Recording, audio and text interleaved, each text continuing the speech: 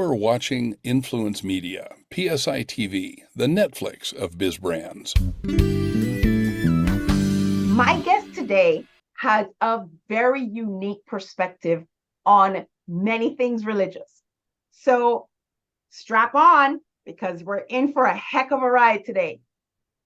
My guest is Benjamin Freeman, and he says there's new scientific information out there that he used to craft a scripturally supported variant of the scientific method, and he melds many of the major holy books with each other and with overlapping secular truths.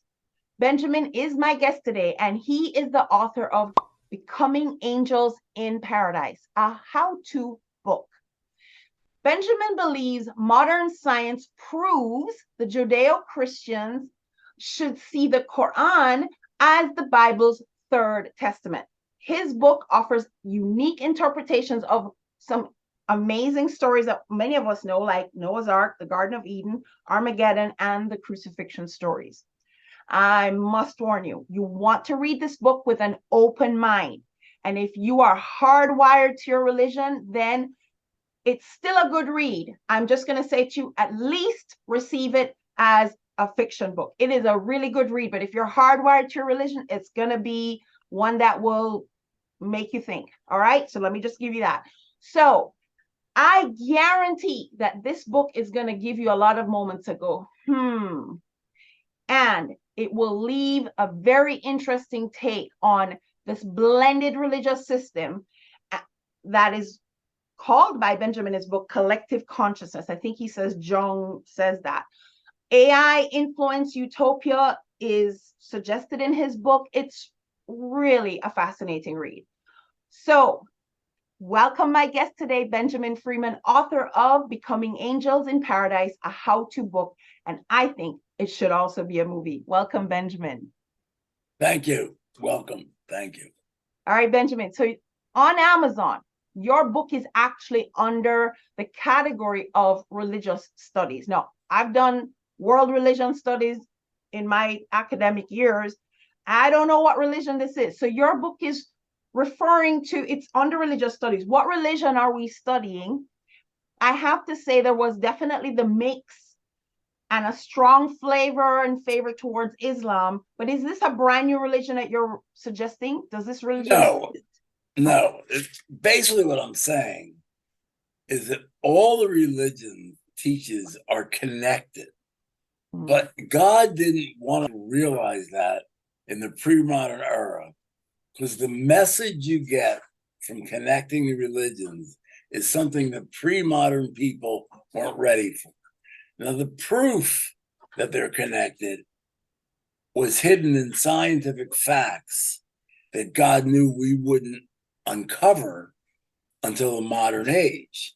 Because only in the modern age where it is appropriate to actually build a society, a paradise, based on the clear teachings of all the holy books. If I may explain it real quickly with an analogy, imagine you're in a room, a lot of blind people. 3 people we know can see. We're going to allegorically call one Buddha, one Jesus, and one Einstein. So we hear a ball coming, and all us blind people say, what color is that ball? And Buddha says either blue, green, or orange. Jesus says either blue, orange, or purple. And Einstein says either blue, yellow, or orange. If we know they all tell the truth, we know it's blue, because that's the only color that all 3 of them said.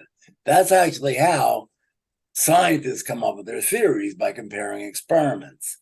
Now, until we did that, the religions are all a little unclear about key points. But there's one point they all have in common, which is behavior. They all basically teach us to give more, take less, and lovingly serve the greater good. Okay, so wow. So you're saying the scientific study, because my background is science and I understand experiments and control experiments and all of that. So you're saying the science is like looking at all these holy books in a comparative fashion and finding the common ground. That's the science that you're referring Well, to. no, the science is, I'll explain the simplest and most important one. It was in my introduction that everybody says, atheistic scientists and fundamentalist Christian, that there's some sort of disagreement between the Genesis and what science teaches. Now, obviously, the truth is that there isn't actually a disagreement, only if you realize the Quran amplified the biblical account. Now, I'll give you the biggest example. The biggest example that I'm sure you've heard of is that Genesis seems to say that human beings and animals were created in one form and stayed that way. Now, that disagrees with evolution, but it's a little more complicated than that. Evolutionary scientists have a theory called speciation, which means that if you have sex with let's say a chimpanzee, despite the fact they're very close genetically, you couldn't have a child because we're separate species. And so technically what the Bible says is right. Animals are mating according to their own kinds. But science has gotten interspecies. Well, now listen to my point. Actually, I mean, I've read books by the top scientists and thought about it. Actually, what science says is that there's mutations on occasion. In general, if you and a man have a child, they get your DNA and his DNA, half and half. But on very rare occasions, some of the DNA mutates, and your child's DNA has some parts that are neither of yours.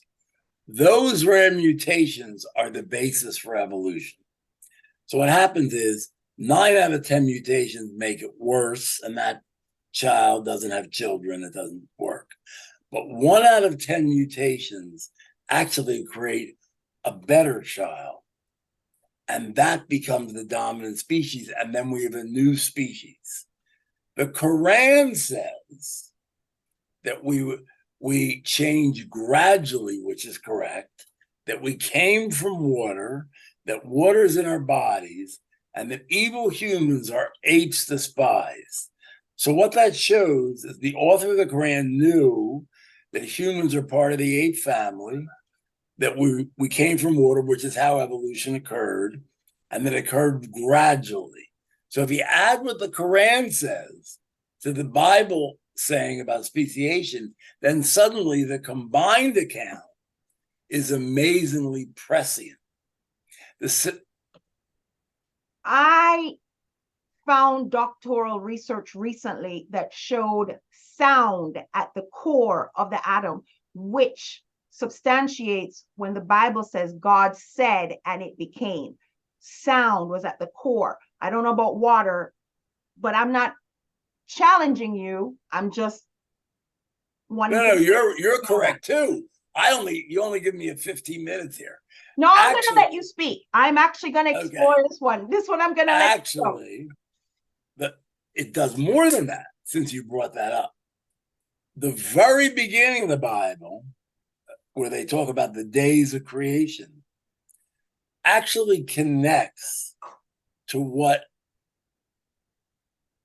Taoism teaches. Remember, all the holy books together have to be combined. Taoism talks about the very beginning of the universe before time and anything, and says that the Quran says it too, that God can say something and it can happen. Now, quantum mechanics and allows for that. And if I may answer, you gave me a list of questions. I'm going to jump to another one because it comes in right here. The reason we can have a certain amount of free will, despite the fact that God created the universe and saw it, is that quantum mechanics, which actually comes from the primal universe, and even in our universe, is the substrata that everything else is built on. Quantum mechanics is inherently unpredictable. It doesn't matter how smart you have, what kind of tools you use. They realize that quantum mechanics has unpredictable possibilities. The reason it doesn't show up all that much at the big level is that it's similar to gambling. That if you roll the dice once, you can't predict when it's going to come up. If you roll 1,000 times, the odds are pretty high it will come up a certain percentage of each number. And so when you get the individual subatomic particles, electrons, leptons, quarks, anything can happen. God can't even know what an individual thing will be. You read quantum mechanics and they'll tell you that. That relates to what you're talking about. And so that's how there's a certain amount of free will in the universe, because even God can't know in advance what will happen. And if you don't, without getting to that deep explanation, since you've read the Adam and Eve part of my thing, if you read the Adam and Eve story without my interpretation, just read the story. I mean, pretty much a Noah's Ark story. The Noah's Ark story shows that God was shocked at what happened. Well, how could God be shocked if he already knew what was going to happen? The fact of the matter is that that's right. If you make if the divine collective in certain circumstances makes a sound or observes something, it can happen. Now I'll end this by connecting what I just said. The most amazing thing about quantum mechanics, which caused Einstein, who was an originator, to say, I don't believe in it anymore, is what's called the Heisenberg uncertainty principle. And they use an example of a cat in a box in standard quantum mechanics, that until someone observes the box, you can't know if a cat's really in there. But suddenly, if you observe it, you can. Now, it doesn't work with something as big as cats, but it does work at a smaller level, leptons, electrons, quarks. And that's how observation makes it happen, which relates to what you said. I know it's a long explanation. No, I have seen that experiment about when you see something, it's there. Then when you take your observation away, it's gone. I have seen that. So Benjamin, the book title is Becoming Angels in Paradise. Now, you're the author, so you're most intimate with the details of your book. Do you anticipate becoming an angel in paradise? I'm assuming you've adopted the principles that you suggest about the how-to part of making this concept a reality. Well, I'm 72 years old, so I don't think paradise will come to be in my lifetime. If you read the last third of the book, where I get into the details of what happened, if I'm going to guesstimate, obviously quantum mechanics applies to me too. I can't be absolutely sure. But even if the human race begins to do what we have to do to move toward paradise, it'll be 100 years. So will I become an angel in paradise? No. Probably you won't either, unless you're a 1-year-old and live a long time. You look older than one, though. But within 100 years, we could become angels in paradise. Sort of like the next step in evolution. Well, if I believe that for myself, I might agree with you, but I believe I'll be in paradise, but that's all right. Now, Benjamin, you quote Buddha, Carl Jung, the Quran, and the Bible, and you make reference to this blended version of religion. Now, the world is talking about a one world religion, a one world order, and it seems like that's your ultimate utopia. Do you see that coming in the future? It seems like you do. In fact, I'm going to read something you wrote in your book. The group of former human souls that Jung called collective unconscious ended up broadcasting a subtle song of toleration and peace that primarily affected U.S. citizens. So you kind of talked about that free will part, but the one world order, the one world religion, this collective unconscious, this speaking, this broadcasting into especially U.S. citizens. Unpack that for me. Unpack it for me. You happen to pick out the most complex part of the book. That relates to the Armageddon story. The Armageddon story, I was to decode the Armageddon story, and I'm the only person in the world that even claims they've done it. To help me decode it, I started meeting a lot of fundamentalist authors who themselves had spent decades on decoding it, and they sort of helped me start it off. That the Armageddon story is actually a prediction of a nuclear war that would have occurred if Bush Jr. had listened to Dick Cheney and attacked Iran. And being the spirit entities realized we're about to go too far toward a U.S. versus the world confrontation, they already intervened in American history by helping Americans become a little more tolerant temporarily, about 2006, 2007. And that led to the Democrats winning when John McCain would have won over Hillary if Hillary was the nominee. And then he would have continued the war and expanded it, and it would have ended up being World War III. And what you picked out is how they've already stopped it. God has already intervened to give us another chance. And that's why the Armageddon story, I mean, the way in which I personally feel confident with this is I decoded the Armageddon story about 1995. And when the second Iraq war came, I was like in shock because it was exactly what was predicted. And then suddenly it changed. It changed because we were about to go over too far. And God wants to teach us lessons. All God's stories are about the lesson. The key to understanding all God's stories is not the details of what God is saying, but the lesson. The best way to explain that is to tell you about a chapter that isn't in the book I sent you, but I used to instruct myself. Buddha and Jesus taught almost the exact same lessons, but their stories were different. But when you get to the kernel of what they were trying to teach, it was almost always the same. And I had a whole chapter that didn't get in the book, it was more for my edification, that the same things they taught, but they used different stories. People get too involved in the stories and miss the lesson.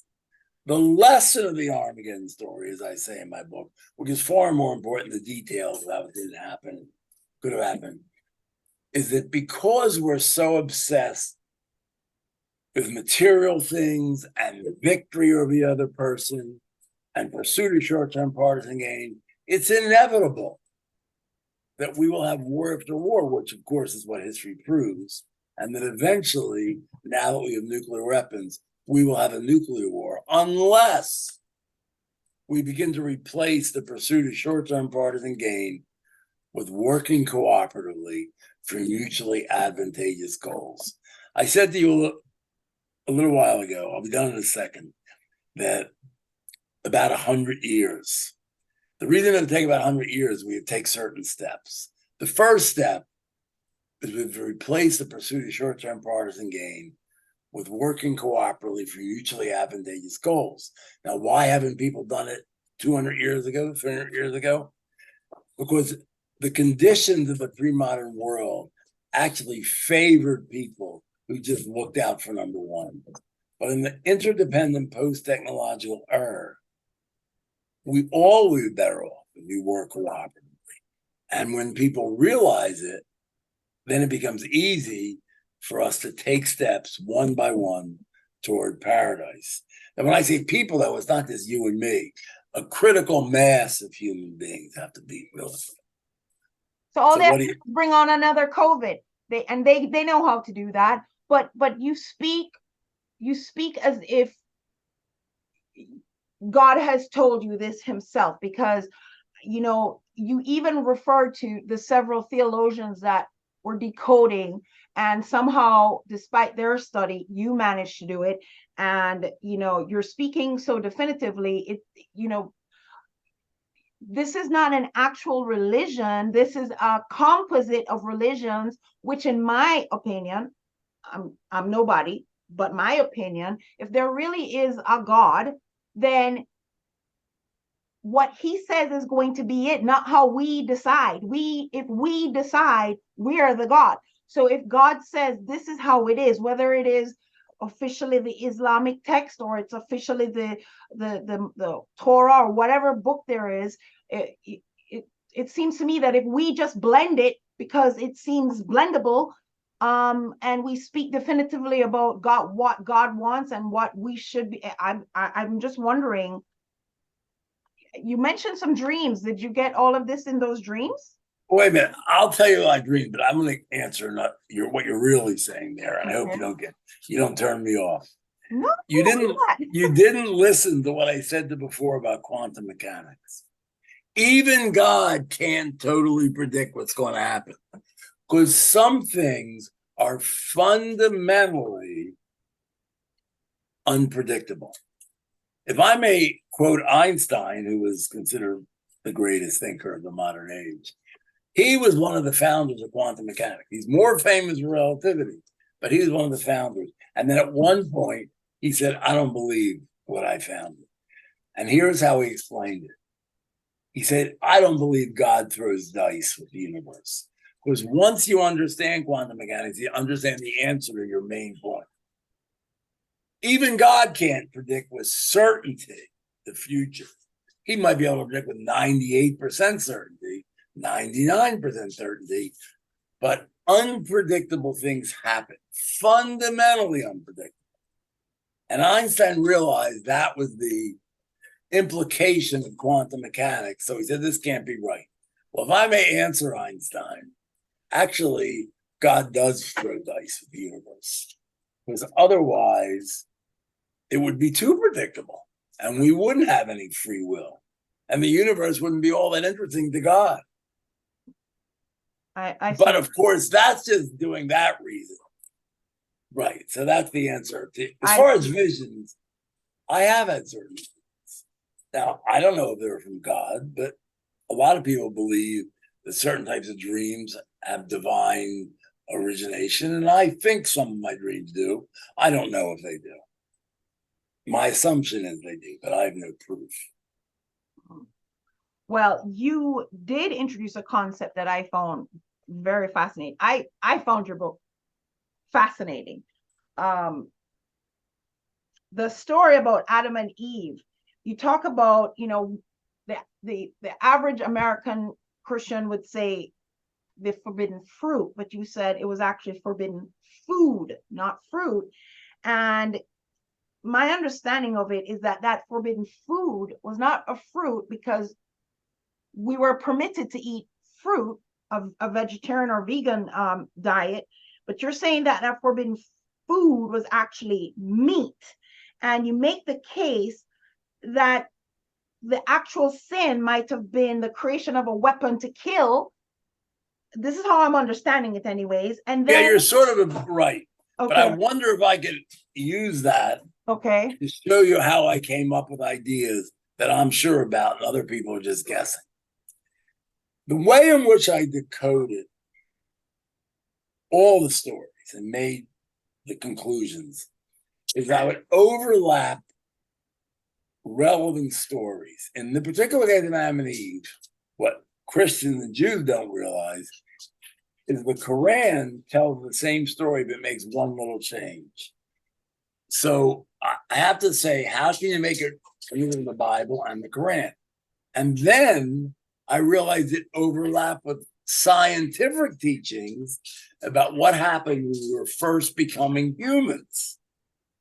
So the only story that is consistent with everything, and that's true about Noah, all the things, Noah's Ark, all the big things that you mentioned, the four big ones for me, Noah's Ark, Adam and Eve, the crucifixion, and Armageddon. I would overlap, and there's only one explanation that makes sense for everything. And as you said, the way in which I guessed, my first guess, that it wasn't a fruit is that if you read a little early in the Bible, it says that we're allowed to eat. It's actually 129. Genesis 129. We were allowed to eat fruit and plant stuff. It never says we can eat meat. Meat doesn't show up till Noah, the flood. That's the first place the Bible makes reference to meat. Right. But let me, now I'll say I'm going over into science. So I'm also studying science, and basically our ancestors, I'm talking way back, like early primates, the mammals that preceded primates, were vegetarian, our ancestors. Now, of course, there are big cats and dogs that are, but our primate ancestors were vegetarian, which is consistent with what the Bible said. And yet we do eat meat.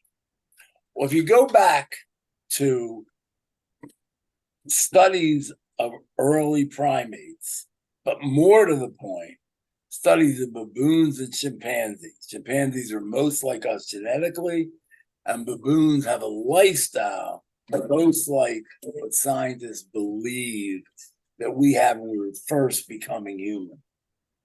That they're basically vegetarian, but when they have a chance to eat meat, they do. And then I connect it with the story. And I get this from reading, but the particular book that made me realize this was a book by a woman primatologist. I still remember the name of the book, Almost Human. And she was following groups of baboons. And she was shocked to learn, as a feminist, she felt horrible to learn this, that what actually happens is the men occasionally will kill a small grazer. I mean, chimps and baboons don't normally eat meat. But when that happens, all the females that arrive go to the man and beg for a little bit of the meat and offer sex for meat. And she realized that was how it motivated the men to learn how to kill. Now, men or the baboons? Well, male baboons. Okay. But our ancestors lived like that. I'm talking about our way back ancestors. Very first, even before Homo sapien, what science called the Homo, the early ones. And so they were in the same position, and they wanted to eat meat, but more importantly, they wanted to get women to like them. They might say, wait a minute, the Bible says the women ate first. Here's where that comes from. If you study what modern scientists know about meat eating, and you'll be shocked by this, but look it up in top medical journals. Your book said it, that we need more yes, you women need it more than men. But when you really need it, isn't that you need it more, but if you're pregnant, you need some meat for yourself, and you also need protein for your fetus. So women wanted it more. So it was women who were at least as smart as men who figured out that the way we, our species, could get ahead of the baboon, the chimpanzee, is to begin to develop weapons. And that's why humans can kill animals easily, whereas chimps and baboons are just lucky if they once in a while kill an animal. And so they did a weapon. But once they did the weapons, it was the men who used them, but it's more difficult for a woman to use an early weapon because her children are following her and she's noisy and the animals will run away. Whereas a man can do it. So my point I'm making here is that I came up with my theory by coming up with the only theory that's consistent with science and with the Adam and Eve story says. And I did that throughout my book. Yeah. For those of my audience who are like me, who believe that when the Bible says God created men and Adam, which was mankind, Adam was not the name, it was mankind, that I don't believe I evolved from any chimp, but I hear you. Science does agree with you on that. Let's go on. You mentioned Noah as a hominoid angel. Noah is clearly human ancestry, but you later refer to this evolution of apes. So are we derived from angels or are we derived from animals? Now you're a real Bible reader, and this is going to shock you. If you read my book carefully and forget my book, go back to Genesis. It actually talks about two different creations of man. And no one wants to talk about the first because that doesn't seem to make sense. The Bible talks about the Nephilim. It does. No, I'm talking about the very beginning and the quotes in my book, but you can look it up in the Bible, that some men were created before there were plants. And yet the Adam and Eve story is clearly after the plants because it's about a garden. I've read Genesis many times. I'm not aware of men being created before Adam. Tell me again. If you go back to my book, I don't have a Bible. Your book is not my resource. You said it's in the Bible. So tell me in the Yes, Bible. it is in the Bible. Yeah. In the part I wrote about Noah's, in that particular spot, I have an exact quote from the Bible. Okay. And if you pull that quote out and then put it in Google, say what passage of the Bible, you'll find it's like Genesis. I had someone who had the same point as you when I was talking to them personally. And I said, I don't believe it. And I said, here's what it's in my book. So I don't care about your book. I care about, and I said, well, put it in Google. And they found, people don't notice it because it's one quick thing. Now I'll explain what it means. The first creation of us was actually in the Adam and Eve story, which I'm saying is basically 500,000 million years ago. But then you remember reading my book, I said that Noah was way before that. Here's how that happened. What Einstein realized, and all scientists since then say he's right, is that physical entities, this gets complicated, cannot go backwards in time. It's complicated why, but any scientist who knows physics will explain why. That to do with rest mass and speed, whatever. But an idea or a non-physical entity can go back in time. It's only physical entities. Now imagine that God, forget God for a second, our soul, everybody always says, that's just a spirit entity. Well, that's right. Our soul can go backward in time, but only when it's not connected to our body, before you're born or after you're born. Well, God is all the souls of the universe put together. And so, being that the souls have no rest mass, God can go backward in time. So God, once we were created naturally, and by naturally I mean through evolution, took our DNA and brought it back in the past. DNA is actually just information. So all God brought was the information back to the past and used it to create the angels. This is your theory. Right. Okay. Well, a lot of my ideas are theory. I know our time's running out. I'm going to tell you something about my book. This book, about 15 years ago, was read by one of the top people at the largest religious publisher in the world. And what they said to me was, it's unpublishable. You can't edit it. It's too complicated to read. Now, you yourself probably think my book's complicated. You didn't read it then. I footnoted it. So at every point, I would make the kind of argument I'm making to you. And it was like the footnotes were 2,000 pages and you would need a doctorate in 35 subjects to understand the footnotes. And so I had to cut the footnotes out. So when you read it, you think it's just my opinion. But I'll assure you, at one time, I had footnotes about every one of these things. It just I don't doubt that you have your citations. I don't doubt it.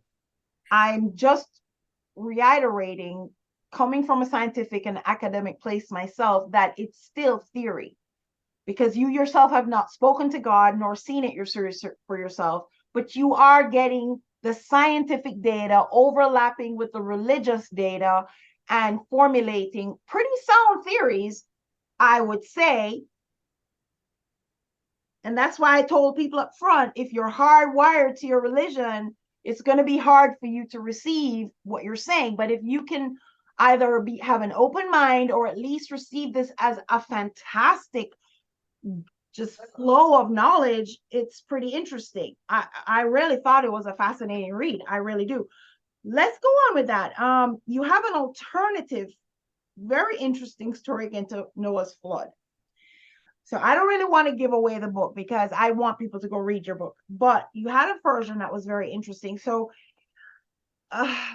you talk about the challenge of humans living cooperatively. That is something that I wanted to address because we live in a world of predators. You refer to that. In fact, your words are asserting your needs without being attached to getting them fulfilled. This part's cut off. Often deferential assertiveness. I'm calling what you're describing what I call deferential assertiveness. Okay, so you talk about the weak victim and the predator. So my question to you is, if we have weak victims and predators, you can only get rid of predators with super predators. Not exactly. Okay. See, now you get to the most important question of all that I've talked to tens of thousands of people. I used to give speeches about cooperation, and it always gets into this. You probably believe, as does almost everybody, that human nature doesn't allow us to be much more cooperative.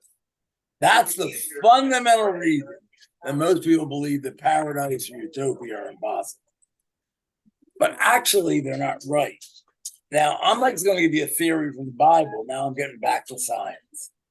If you study animals, you will find that the last 5,000 years of human history is the least cooperative time of our million years on Earth. Hunter-gatherers were more cooperative. Furthermore, if you look at mammals, all types of mammals, predators and prey animals, who live in groups, within that group, they're all far more cooperative than we are in our society, within the group. And if you get outside of mammals, all sorts of examples of this, but the best example of all, which is most relevant to us, are the social insects. Ants and termites alone, in number of individuals, are almost equal to all other animals in the whole world. And the reason is that they've developed a combination of cooperation, super cooperation, based on specialization and interdependence. And that makes them more efficient. The first time the human race ever got to this circumstance is in the last 100 years, because we now have specialized work functions like we never had before. And that's the basis of why ants and termites are more successful than other insects, because by having specialized work functions, the worker ant is a better worker than, let's say, a cockroach. But a colony of just worker ants couldn't survive because they would get eaten up by other animals. So therefore, they also have fighter ants. And they also couldn't survive because they can't have children. That's why they have a queen. In other words, they specialize their work functions. And that way, each specialized work function can be more efficient than another animal. But that only works if they cooperate. Well, humans have cooperated many times throughout history, but it's usually around a cataclysmic experience. So like COVID that just happened, you found that the world was able to come together for a period of time for cooperation. When 9/11 happened, there was a time. So all it takes is for those super predators to come up with another cataclysmic thing that will cause the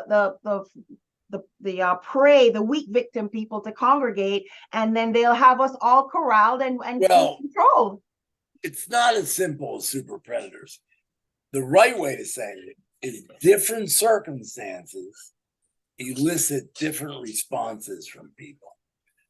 The current circumstances where we have nuclear weapons that can destroy the world, climate change can destroy the world, crypto problems, artificial intelligence that can destroy the world. And then on the other hand, So we have very interdependent, specialized work patterns where the most efficient way to organize a cooperative is that the current circumstances favor cooperation to a far greater extent than ever was favored before.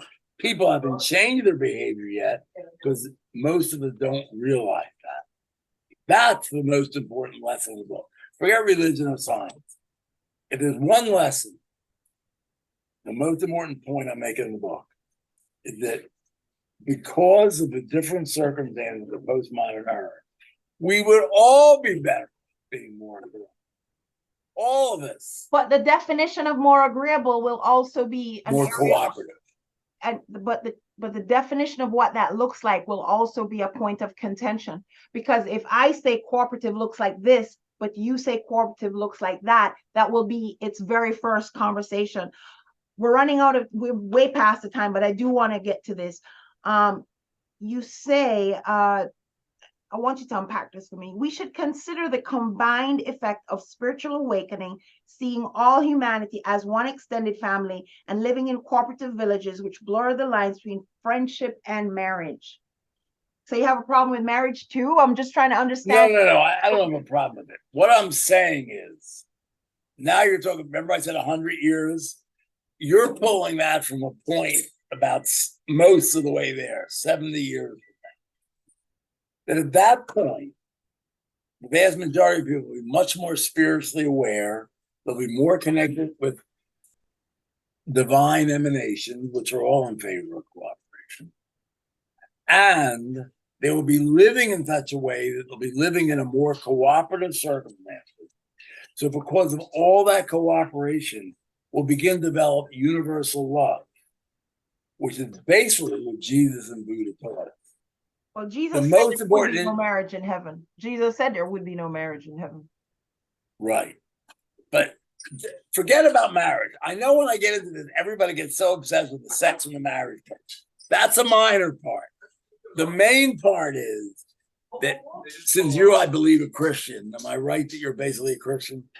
I am not going to say because I... Okay. Jesus taught agape love. It wasn't the same thing as you and I'd have when we were married, but it was a connection that you feel love for all beings. Buddha said the same thing when he said universal compassion. It's sort of halfway between being truly compassionate for all other beings and being in love with them the way we mean it. And Jesus and Buddha were promoting that we would develop that way of thinking, and then we could live in paradise. Your quote you pulled now is from me talking about maybe 70 years from now. People already are close to paradise, but they're not actually there yet. And that's where that quote comes from. Oh, okay. So Benjamin, is there anything else that you'd like to share? I appreciate you giving me the time to say it's my an opinion. Interesting book. I will say, if for anyone listening, and if this is your thing, this, if somebody put a script to this, would make a heck of a movie. A heck of a movie. That's all I can say. It would make a heck of a movie. Benjamin Freeman, author of Becoming Angels in Paradise, a how-to book. And his website, we will put in the credits at the end. Benjamin, thank you so much for being my guest today. Thank you very much for interviewing.